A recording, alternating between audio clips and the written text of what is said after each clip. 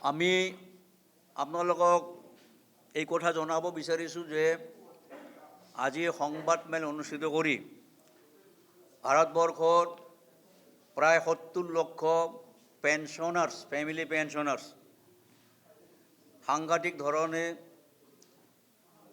আক্ৰমণৰ সন্মুখীন হৈছে। এই আক্ৰমণ আহিছে কেন্দ্ৰীয় চৰকাৰৰ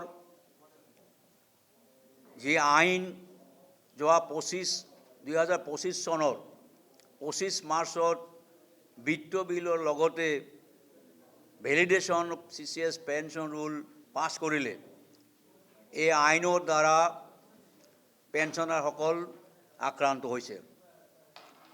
আমি জানো যে এই আইন সংবিধান বিৰোধী। এই আইন ইতিমধ্যে ভাৰতবৰ্ষৰ উচ্চতম ন্যায়ালয়ে বিভিন্ন সময়ত দিয়া ৰায়ৰ সিদ্ধান্তৰ পৰিপন্থী। এইকাৰণে আমি এই আইনৰ বিৰোধিতা কৰিছোঁ। আমি অকলেই নহয়, ভাৰতবৰ্ষৰ প্ৰায় 37টা সংগঠন একে মঞ্চত আহি forum of civil pensioner association গঠন কৰিছে আৰু এই চিভিল ফৰাম অফ পেঞ্চনাৰ নেতৃত্বত আমি যোৱা এবছৰ ধৰি লাগাতাৰ আন্দোলনৰ পথত আছোঁ।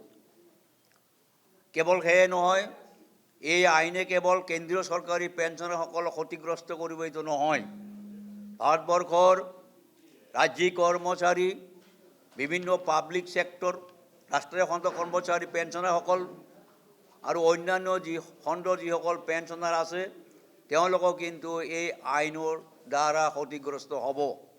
সেইকাৰণে আজি ভাৰতবৰ্ষৰ সমস্ত পেঞ্চনাৰসকল কেন্দ্ৰীয় চৰকাৰৰ এই আইনৰ বিৰুদ্ধে যুঁজত অৱতীৰ্ণ হৈছে। আমি যিহেতু এই আইনে ভাৰতবৰ্ষৰ 14 নম্বৰ অনুচ্ছেদ উলংঘা কৰিছে, সেইকাৰণে civil forum of pensioner association নেতৃত্বত ভাৰতবৰ্ষৰ উচ্চতম ন্যায়ালয়ত আমি কোৰ্ট কেছ বা মকদ্দমা ৰুজু কৰিছোঁ। আমি আশা ৰাখিছোঁ যে মাননীয় উচ্চতম ন্যায়ালয়ে আমাৰ এই কেছৰ নিশ্চয় আমাৰ পক্ষত ৰায় দিব আৰু এটা সুবিবেচনা কৰিব। বন্ধুসকল, আমি যিমানখিনি পাৰোঁ যে ভাৰতবৰ্ষৰ পেঞ্চনাৰসকলৰ পেঞ্চন সুৰক্ষা কৰাৰ কাৰণে যিমান দূৰ আমি যুঁজ কৰিব লাগে যুঁজ কৰি যাম আৰু আমি ইতিমধ্যেই পেঞ্চনাৰসকলক সংগঠিত কৰি এই আইনৰ বিৰুদ্ধে লৰাই বা যুঁজ কৰাৰ কাৰণে আহ্বান জনাইছোঁ।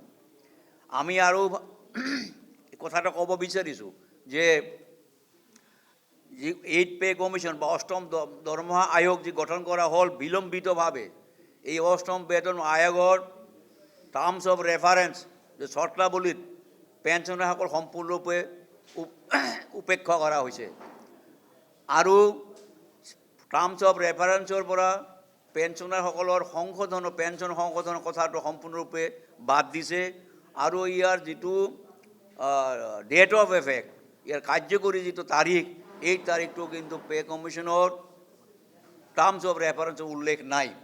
সেইকাৰণে আমি কেন্দ্ৰীয় চৰকাৰক আজি এই সংবাদমেলৰ জৰিয়তে অনুৰোধ কৰিব বিচাৰিছোঁ, দাবী জনাইছোঁ যে টাৰ্মছ অফ ৰেফাৰেন্সত পেঞ্চন ৰিভিশ্যনৰ কথাটো উল্লেখ থাকিব লাগে আৰু ডেট অফ এফেক্ট কাৰ্যকৰী ডেটতো উল্লেখ থাকিব লাগে। আমি কেন্দ্ৰীয় চৰকাৰক এই সংবাদমেলৰ জৰিয়তে এতিয়া সকীয়াই দিব বিচাৰিছোঁ যে যদি কেন্দ্ৰীয় চৰকাৰে ভেলিডেশ্যন CCS পেঞ্চন ৰুল উঠাই নলয় বা বাতিল নকৰে, তেনেহ'লে আমি আৰু জোৰদাৰভাৱে গোটেই ভাৰতবৰ্ষত পেঞ্চনাৰসকলে আন্দোলন কৰিবলৈ বাধ্য থাকিম আৰু কেন্দ্ৰীয় চৰকাৰৰ এই পেঞ্চন বিৰোধী নীতিৰ বিৰুদ্ধে আমি পেঞ্চনাৰসকলক এটা মঞ্চত অনাৰ কাৰণে আমি চেষ্টা কৰিম। ইতিমধ্যে আমি এই ভেলিডেশ্যন পেঞ্চন আইনৰ বিৰুদ্ধে যোৱা বছৰ 2025 এপ্ৰিলৰ পৰা ছেপ্টেম্বৰলৈকে আমি এলানি আন্দোলন কৰিছিলোঁ।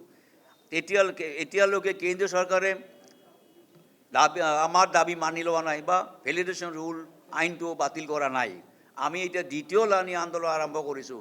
আমি কেন্দ্ৰীয় চৰকাৰৰ ইতিমধ্যে ভাৰতবৰ্ষৰ ৭০ লক্ষ পেঞ্চনাৰ ইতিমধ্যে এখনকৈ ব্যক্তিগতভাৱে চিঠি লিখিছে যাতে ভেলিডেশ্যন আইন বাতিল কৰে আৰু পে কমিশ্যনৰ যিবোৰ আশ্বাস আছে এই আশ্বাসবোৰ যাতে তেওঁলোকে সংশোধন কৰে এই দাবী আমি কৰিছোঁ। আমি ভাবোঁ যে আমাৰ এই সংবাদ মেলৰ জৰিয়তে কেন্দ্ৰীয় চৰকাৰে নিশ্চয় তেওঁলোকৰ যি মনোভাৱ এই মনোভাৱ পৰিৱৰ্তন কৰিব আৰু পেঞ্চনাৰসকলক তেওঁলোকৰ সুবিধাৰ পৰা যাতে বঞ্চিত নকৰে এই বোধগম্য তেওঁলোকৰ উদয় হ'ব।